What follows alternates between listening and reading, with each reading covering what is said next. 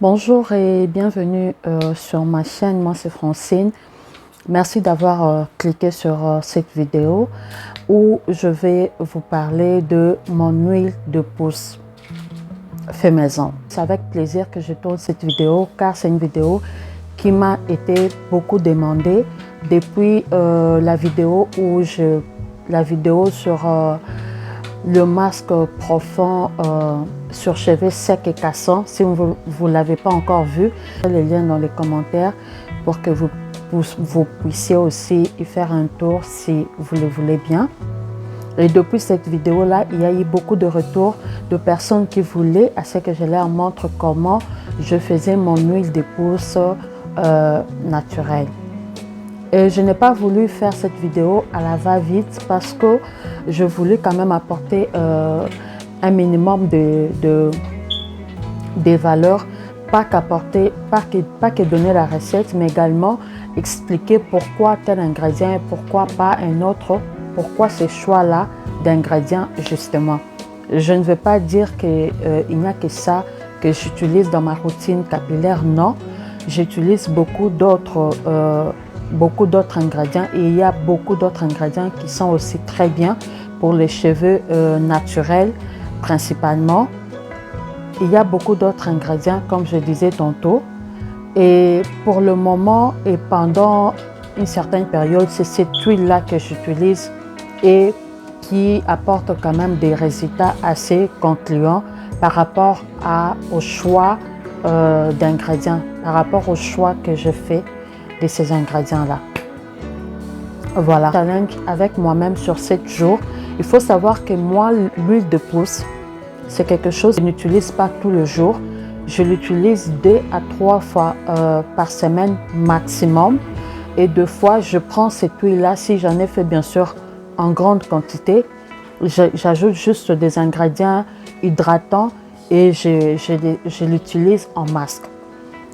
Mais cette fois-ci, je voulais quand même faire les choses autrement pour pouvoir tourner cette vidéo, apporter quand même un maximum de valeur et quand même faire comme une revue par rapport à cette huile-là.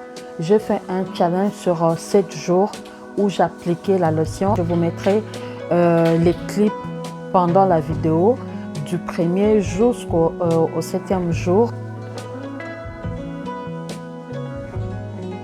Au 7e jour qui est évidemment aujourd'hui où je tourne la vidéo et vous allez constater par vous-même comment j'ai commencé la vidéo et comment étaient en fait mes cheveux à la fin de la vidéo. Là, au moment où je suis en train de tourner l'intro de cette vidéo, je viens de faire mon shampoing et bien évidemment j'ai quand même essayé de styler mon afro. Du coup, ça n'a plus la même longueur parce que voilà. Mais sur la vidéo, vous allez voir après que j'ai défait le tresse, j'ai dit les tresses, non les pompons là où j'ai l'air d'une lycéenne là. Donc vous verrez bien sûr après cela quelle longueur et quel volume aura pris les cheveux et vous pourrez par la suite vous faire votre propre avis. Pour les avantages des ingrédients, je vous les expliquerai bien sûr pendant la vidéo. Sans plus tarder, nous allons passer à la recette. Pour cette recette, nous aurons besoin de la carotte, de l'aloe vera, du clou de girofle, du gingembre, du citron, de l'huile d'olive, de l'huile de noix de coco, de la vitamine E et de l'huile essentielle de thé trait. Alors, il faut savoir que la carotte est un légume riche en vitamines A, C, B7, en fibres et en bêta-carotène. Toutes ces vitamines sont très bénéfiques à la croissance des cheveux.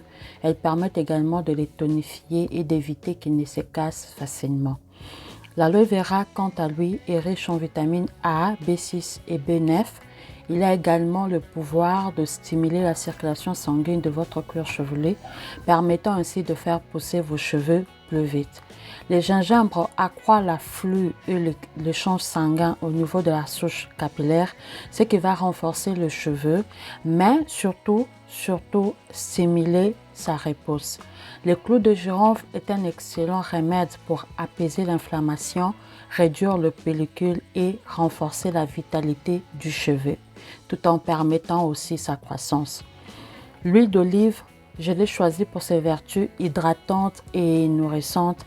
Elle stimule également la création de la kératine qui compose le cheveu et les fait pousser plus vite. Mais vous pouvez choisir l'huile qui convient le mieux à vos cheveux. Ça peut être l'huile de tournesol, l'huile de pépins de raisin, l'huile de jojoba, bref, l'huile qui vous va le mieux. Mais en règle générale, l'huile d'olive va à beaucoup de tubes des cheveux. L'huile de coco est magique pour une pousse rapide et préparer le cheveu sec et fatigué. Elle possède également de vertus antipelliculaires et anti-peau. Je vais mélanger tout ceci, le carotte d'abord et le gingembre et le mixer. Et ensuite, dans une marmite propre, je vais mettre le gingembre et la carotte mixée. Mais je ne vais pas mixer l'aloe vera parce que je ne veux pas les côtés gluants là dans mon huile, ce qui peut accélérer la péremption de mon huile. Du coup, je découpe juste l'aloe vera et je le mélange ainsi. J'ajoute l'huile de noix de coco, j'ajoute l'huile d'olive. Il faut que cette huile-là, surtout l'huile d'olive, puisse recouvrir notre mélange. C'est pourquoi je viens rajouter encore un tout petit peu. Et la peau les zestes des citrons est riche en vitamines. Le citron en général est riche en vitamine C, ce qui est parfait pour améliorer la croissance des cheveux. Mais l'huile contenue dans la peau du citron, soit les zestes du citron, est excellente pour la brillance du cheveu et sent également très bon. Dans un bocal en verre propre et bien sec, je vais placer, ça peut être tout ce que vous voulez pour tamiser, à condition que ça soit propre. Moi, j'ai utilisé un cap de perruque et je mets ma lotion. Donc, j'avais mis au feu, à un feu très doux. Il ne faut pas que ça brûle, il ne faut pas que le feu soit très fort. Et il faut vraiment laisser le temps et remuer de temps en temps. Du coup, là, j'essaye un peu de presser pour récupérer pendant qu'elles sont encore tièdes. C'est quand je fais ceci, pendant qu'elles sont encore tièdes. Et dans un bocal de récup propre, je vais verser mon huile quand elle est refroidie. Et en ce moment-là, je vais rajouter 10 gouttes d'huile de vitamine E qui va renforcer la chevelure grâce à son pouvoir antioxydant et hydratant et qui va également permettre à ce que mon huile ne rassisse pas. C'est très important de rajouter, d'avoir un récipient qui va aussi se fermer, qui a un couvercle, je vais dire, pour que l'huile ne rassisse pas. Et je rajoute quelques gouttes d'huile essentielle d'arbre de tea tree. C'est totalement optionnel. C'est pas obligatoire. C'est juste si vous voulez. Voilà, à ce stade, mon huile est prête. Merci d'être resté jusqu'à ce niveau de la vidéo. N'hésitez pas à me dire ce que vous en pensez en commentaire et à me laisser un pouce bleu et à la prochaine vidéo. Merci.